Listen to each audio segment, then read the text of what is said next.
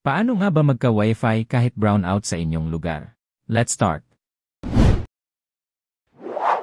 Makikita sa aking router na nakarekta ang power adapter nito sa power outlet. Para dire-diretso na ang aking pagwa-Wi-Fi kahit brownout, papalitan ko na ang aking power adapter ng Uninterruptible Power Supply o UPS.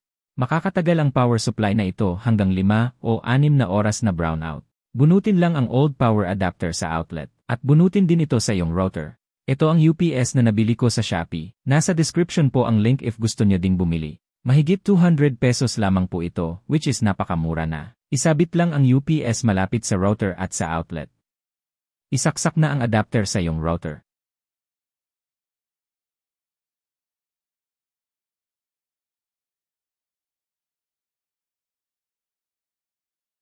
Then, i-plug na rin ito sa outlet.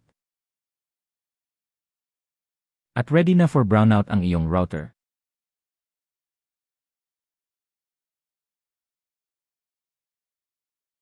Makikita na kahit bunutin ko pa ang power supply sa outlet, ay tuloy pa rin na naka-on ang aking Wi-Fi. Salamat po sa panonood. Don't forget to like and subscribe. If may tanong po, comment lang po sa baba. Thank you.